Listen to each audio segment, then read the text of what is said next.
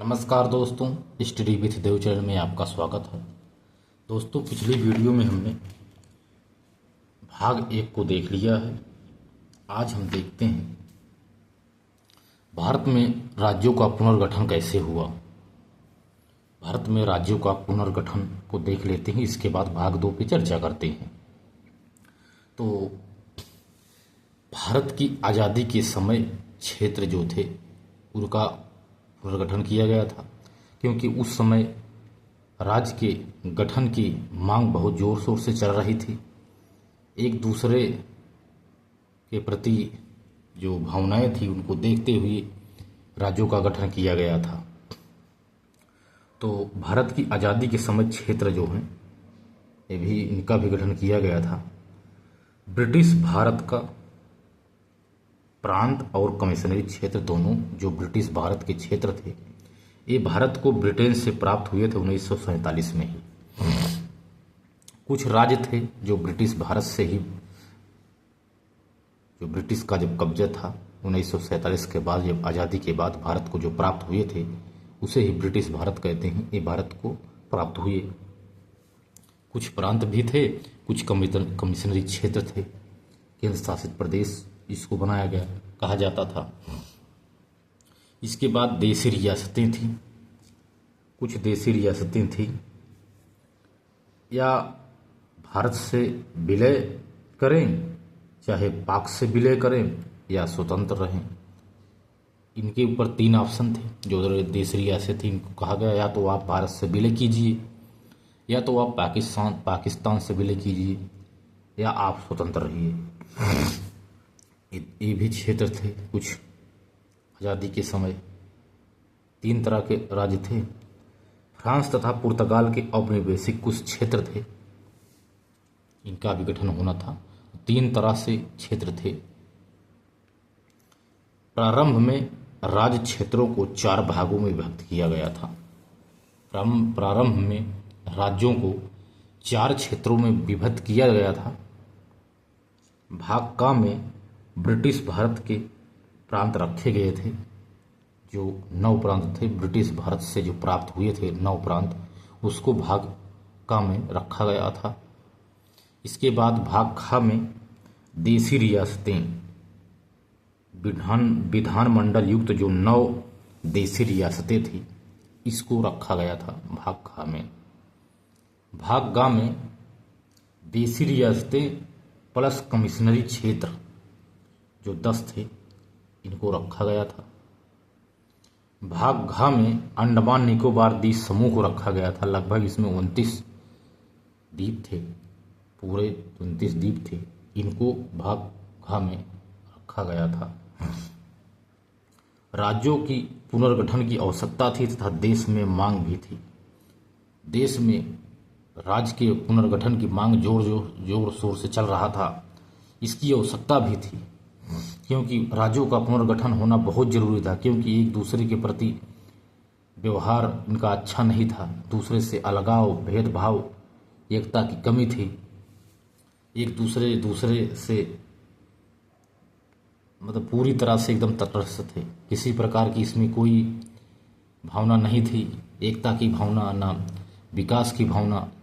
सारे दिक्कतों को देखते हुए, क्योंकि अभी अभी आज़ादी मिली थी, इनको राज्य को चलाना कैसे है ये सब उनके पास जानकारी कम थी। तो इसीलिए राज्यों में जोर शोर से इसकी मांग चल रही थी कि राज्यों का पुनर्गठन हो जाए।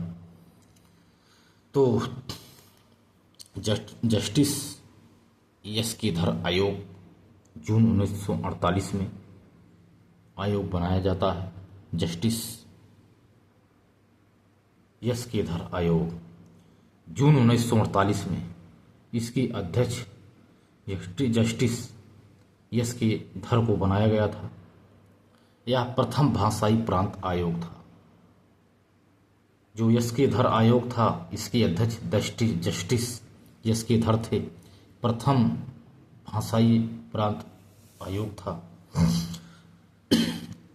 इस आयोग ने रिपोर्ट प्रस्तुत की। इसमें सिफारिश की कि भाषा के आधार पर प्रांतों का गठन नहीं हो सकता। इसके धर आयोग ने कहा कि भाषा के आधार पर प्रांतों का गठन नहीं हो, प्रशासनिक सुविधा, भौगोलिक समीपता तथा आर्थिक एवं विकास के आधार पर किया जाना चाहिए, लेकिन भाषा के आधार पर नहीं होना चाहिए। इस रिपोर्ट के कारण असंतोष फैल गया। इसके बाद जेबीपी कमेटी का गठन किया गया, जैसे जे मतलब जवाहरलाल नेहरू, वी से वल्लभ भाई पटेल, पी से पट्टाभी सीतारमैया। इनकी कमेटी जेबीपी कमेटी की गई। इन्होंने धर आयोग की रिपोर्ट पर विचार किया कि जो यस के धर आयोग है, इन्होंने इस पर विचार किया कि इस पर क्या करना चाहिए। इन्होंने अपनी रिपोर्ट प्रस्तुत की, कमेटी ने प्रस्तुत की रिपोर्ट। तो इस रिपोर्ट में भाषा के आधार पर नए प्रांतों का गठन, इसको अस्वीकार कर दिया। यस के धर आयोग और जेबीपी रिपोर्ट के कारण असंतोष और व्याप्त हो गया। असंतोष जब व्याप्त हो गया कि हम भाषा के आधार पर राज्यों का गठन नहीं करेंगे, क्योंकि भाषा के आधार पर राज्य की मांग हो रही थी, लेकिन इसको अस्वीकार कर दिया। एस के धर आयोग और जेबीपी रिपोर्ट दोनों ने कहा कि ऐसा नहीं हो सकता। इसके बाद पोट्टी श्री रामल्लू नामक एक नेता ने, जो तेलुगु भाषा के आधार पर आंध्र प्रदेश की मांग को लेकर 56 दिन की भूख हड़ताल के कारण इनकी मृत्यु हो गई।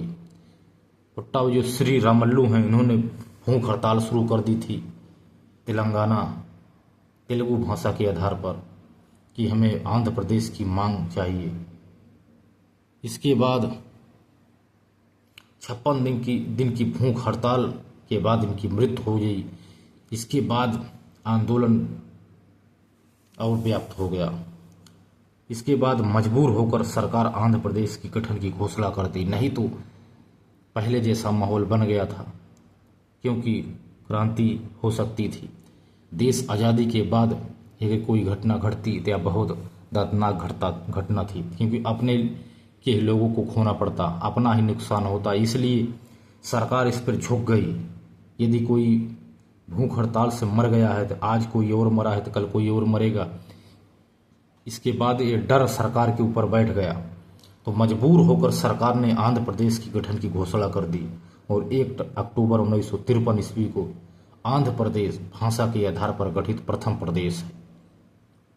आंध्र प्रदेश मद्रास से बना है। मद्रास से अलग होकर आंध्र प्रदेश को भाषा के आधार पर पहला प्रदेश बनाया गया। सरकार मजबूर हो गई। इसके बाद एक फजल अली आयोग आता है 1953 ईस्वी में। इसके अध्यक्ष जस्टिस फजल अली थे। इसमें कुछ अन्य सदस्य भी थे, जैसे एच कंजरू और के.एम. पडिक्कर। इन्होंने 1953 में जो फजल अली आयोग आया था, इन्होंने 1955 ईस्वी में अपनी रिपोर्ट प्रस्तुत की और देश की एकता एवं अखंडता को सुनिश्चित रहे। इन्होंने रिपोर्ट में कहा 1955 में कि देश की एकता एवं अखंडता सुनिश्चित रहे, भाषा एवं संस्कृति एक रूपता हो, भाषा एवं सांस्कृतिक में एक रूपता हो, वित्तीय, आर्थिक एवं प्रशासनिक तर्क दोनों आपस में मिलकर करें, देश एवं राज्यों में कल्याणकारी योजनाएं हों। ऐसा इसने अपनी रिपोर्ट प्रस्तुत की और कहा राज्यों का पुनर्गठन किया जाना चाहिए, का खा गा घा वर्गीकरण समाप्त करके 16 प्रांत और 3 केंद्र शासित प्रदेश बनाया जाए। ऐसा इन्होंने अपने रिपोर्ट में कहा कि जो काखागा के रूप में जो वर्गीकरण है राज्यों का, जो भाग में रखा गया है, इसको समाप्त करिए और देश में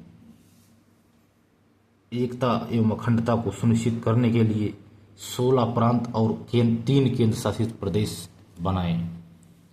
इसके बाद इस रिपोर्ट को कुछ परिवर्तन के साथ माना गया। राज्य पुनर्गठन अधिनियम 1956 लाया गया और संविधान का 7वां संशोधन किया गया। राज्यों का पुनर्गठन समाप्त करके 14 प्रांत और 6 केंद्र शासित प्रदेश बनाए गए। जो 16 थी उसको 14 कर दिया गया, 3 से 6 कर दिया गया। या राज्य पुनर्गठन अधिनियम 1956 को लाया गया और संविधान में 7वां संशोधन करके संविधान संशोधन किया गया और राज्यों का वर्गीकरण जो का खा गा घा के रूप में था उसे समाप्त करके भारत में 14 प्रांत और 6 यूटी केंद्र शासित यूनियन टेरिटरी 6 केंद्र शासित प्रदेश बनाए गए। इसके बाद भाषा के आधार पर प्रांत देखते हैं कौन कौन से बने हैं। आंध्र प्रदेश 1953 में बना था मद्रास से। बम्बई बना था गुजरात से। बम्बई से बना था गुजरात और महाराष्ट्र। गुजरात 1960 में बना था। महाराष्ट्र भी 1960 में बना था। गुजरात गुजराती भाषा, महाराष्ट्र मराठी भाषा। ये भी भाषा के आधार पर गुजरात और महाराष्ट्र बने थे बम्बई से अलग होकर के। पंजाब से अलग होकर हरियाणा बना था 1966 ईस्वी में हिंदी के आधार पर। इसके बाद अब देखते हैं दोस्तों कि भारत में नए राज्यों एवं संघ शासित क्षेत्रों का गठन एवं नामों में परिवर्तन, इस पर चर्चा कर लेते हैं। भारत में नए राज्यों एवं संघ शासित क्षेत्रों का गठन एवं नामों में परिवर्तन। 1960 में बम्बई से महाराष्ट्र और गुजरात बना था। गुजराती भाषा में जो गुजरात बना था यह 15वां राज्य था। महाराष्ट्र मराठी भाषा में था। 1960 में बने थे दोनों। 1962 में जिसे 1954 में फ्रांस के साथ समझौता हुआ था, तो इससे जो प्राप्त हुआ था पांडिचेरी, यमन और माहे, ये देश प्राप्त हुए थे, ये क्षेत्र प्राप्त हुए थे फ्रांस के साथ 1954 में समझौता के माध्यम से, तथा कराईकल भी प्राप्त हुआ था। पांडिचेरी, यनम, माहे, कराईकल ये क्षेत्र प्राप्त हुए थे और उस समझौता में 1962 तक अधिग्रहित क्षेत्र के रूप में यह था। अधिग्रहित क्षेत्र के रूप में था 1962 तक, जो फ्रांस से प्राप्त थे। इसके बाद 1962 में इनको सम्मिलित रूप से यूटी बनाया गया। पांडिचेरी जिसका नाम पड़ा, पांडिचेरी, यनम, माहे और कराईकल सभी को मिला करके एक केंद्र शासित प्रदेश बनाया गया जिसे पांडिचेरी कहते हैं। इसको घोषित किया गया, पांडिचेरी बनाया गया। तो इसको 1962 में बनाया गया था पांडिचेरी को। यह 1900 फ्रांस के कब्जे में जो क्षेत्र थे इसी को चारों को मिला करके एक केंद्र शासित प्रदेश बना दिया गया। इसके बाद 1954 में पुर्तगालियों से दादरा नगर हवेली आज़ाद हो गया। 1954 में 1961 तक स्वयं शासन करते रहे। 1961 में इन्हें यूटी का दर्जा मिल गया। 1961 में जाकर केंद्र शासित प्रदेश बनाया गया दादरा नागर हवेली को। इसके बाद 1961 में एक गोवा क्षेत्र था, पुर्तगालियों से सैन्य कार्यवाही द्वारा इसे प्राप्त किया गया था, क्योंकि ये छोड़ नहीं रहे थे। मजबूरन 1961 में इनके ऊपर सैन्य कार्यवाही की गई और 1961 में इसे प्राप्त किया गया। 1962 में केंद्र शासित प्रदेश से बना दिया गया था। गोवा को सबसे पहले 1962 में केंद्र शासित प्रदेश बनाया गया था, लेकिन 1987 में गोवा को पूर्ण राज्य बना दिया गया था, एक राज्य के रूप में घोषित किया गया। 1963 में असम से नागा पहाड़ियाँ एवं तीन सांगा को अलग करके नागालैंड बनाया गया। असम से अलग किया गया था, नागा पहाड़ी तीन सांगा को अलग किया गया। उस एक नागालैंड क्षेत्र 1963 में बनाया गया, नागालैंड राज्य बनाया गया। 1966 में अकाली दल के नेता थे मास्टर तारा सिंह। इन्होंने आंदोलन किया था, सिंह गृहराज्य पंजाब सूबा की मांग थी। इन्होंने पंजाब सूबा की मांग कर रहे थे, आंदोलन किया था तारा सिंह ने। 1966 में शाह आयोग गठित किया गया था। इसकी सिफारिश पर पंजाब का पुनर्गठन 1966 ईस्वी में किया गया। पंजाब का पुनर्गठन पंजाब बनाया गया एक। इसके बाद हरियाणा, हिंदी भाषा के आधार पर हरियाणा बनाया गया। 1966 ईस्वी में हिमाचल प्रदेश को यूटी का दर्जा मिला था, यूनियन टेरिटरी। हिमाचल प्रदेश को भी केंद्र शासित प्रदेश बनाया गया था 1966 ईस्वी में, लेकिन 1971 में हिमाचल प्रदेश को पूर्ण राज्य बनाया गया था। इसके बाद 1966 में चंडीगढ़ बनाया गया, ये भी केंद्र शासित प्रदेश बनाया गया था 1966 ईस्वी में। इसके बाद 1969 ईस्वी में असम का फिर से गठन किया गया। असम को फिर से तोड़ करके मेघालय अलग किया गया। पहले तो नागालैंड बना था, इसके बाद अभी मेघालय बना था। ये भी 1969 में असम से ही बना था, नागालैंड, मेघालय। इसको उपराज्य बनाया गया था। मेघालय को उपराज्य बनाया गया था, लेकिन 1972 ईस्वी में इसे पूर्ण राज्य बना दिया गया। 1969 में उपराज्य था। इसके बाद 1972 ईस्वी में मणिपुर और त्रिपुरा राज्य बने, ये भी असम से ही बने थे। असम से फिर असम को तोड़ करके 1972 ईस्वी में असम पूरा उत्तर पूर्वी क्षेत्र पूरा 7 सिस्टर है, वो एक छत्र छाया राज्य था। एक ही असम बहुत बड़ा क्षेत्र था, तो असम को फिर से तोड़ करके मणिपुर और त्रिपुरा राज्य भी इसी से निकाला गया 1972 ईस्वी में। इसके बाद 1972 ईस्वी में ही नेफा, नॉर्थ ईस्ट फ्रंटियर एजेंसी अस्तित्व में आया था। नेफा अस्तित्व में आया, नॉर्थ ईस्ट फ्रंटियर एजेंसी 1972 ईस्वी में। यह अस्तित्व में आया तो इस अस्तित्व को आने से अरुणाचल प्रदेश और मिजोरम बना था। 1972 ईस्वी में अरुणाचल प्रदेश और मिजोरम बना था नेफा के अस्तित्व में आने से। इसके बाद 1974 ईस्वी में सिक्किम को सह राज्य बनाया गया, या 35वां संविधान संशोधन किया गया था, जो सिक्किम को सह राज्य बनाया गया। और उसके बाद 1975 ईस्वी में पूर्ण राज्य बना दिया गया इसे। यह संविधान का 36वां संविधान संशोधन के अंतर्गत 1975 ईस्वी में सिक्किम को पूर्ण राज्य बना दिया गया। इसके बाद 1987 ईस्वी में अरुणाचल प्रदेश, मिजोरम को पूर्ण राज्य बनाया गया। जो अस्तित्व में आए थे, अरुणाचल प्रदेश और मिजोरम अस्तित्व में आए थे, इसको 1987 ईस्वी में अरुणाचल प्रदेश और मिजोरम दोनों स्टेट को पूर्ण राज्य बना दिया गया। इसके बाद 1987 में गोवा को भी पूर्ण राज्य बना दिया गया था। 25वां यह राज्य था, गोवा 25वां राज्य था। इसको भी, जो केंद्र शासित प्रदेश था, इसको भी राज्य बनाया गया, पूर्ण राज्य बनाया गया। इसके बाद 1 नवंबर सन 2000 ईस्वी को मध्य प्रदेश से छत्तीसगढ़ अलग होता है, इसे 26वां राज्य कहते हैं। और 9 नवंबर सन 2000 को उत्तर प्रदेश से उत्तराखंड अलग होता है, यह 27वां राज्य था। इसके बाद 15 नवंबर सन 2000 को बिहार से झारखंड अलग होता है, यह 28वां राज्य था। जून 2014 को आंध्र प्रदेश से तेलंगाना बना था, यह 29वां राज्य था। इसके बाद जम्मू कश्मीर का पुनर्गठन हो जाता है। इसके बाद फिर 28 राज्य हो जाते हैं। यह 29वां राज्य था, जो सन 2002 जून सन 2014 को बना था। इसके बाद जम्मू कश्मीर का पुनर्गठन किया गया।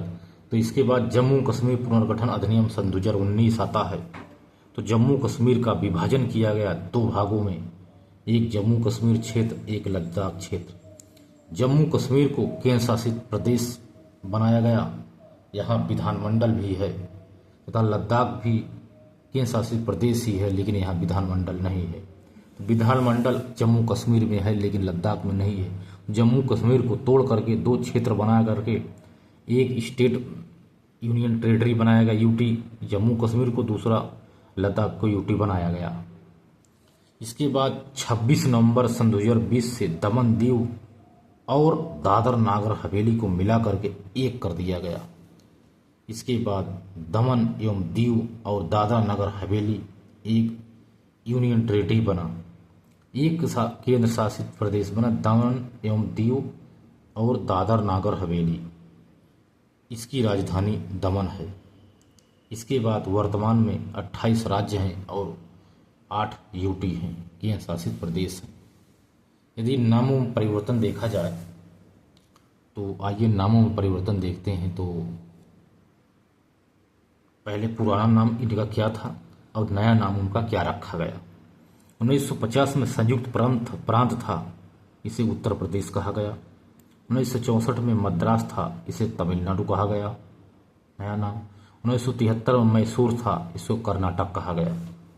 1973 ईस्वी में लक्षद्वीप मिनिकॉय को लक्षद्वीप कहा गया। लक्षद्वीप मिनिकॉय अमिनीद्वीप को लक्षद्वीप कहा गया। 1992 में दिल्ली को राष्ट्रीय राजधानी क्षेत्र दिल्ली कहा गया, यानी एनसीआर कहा गया।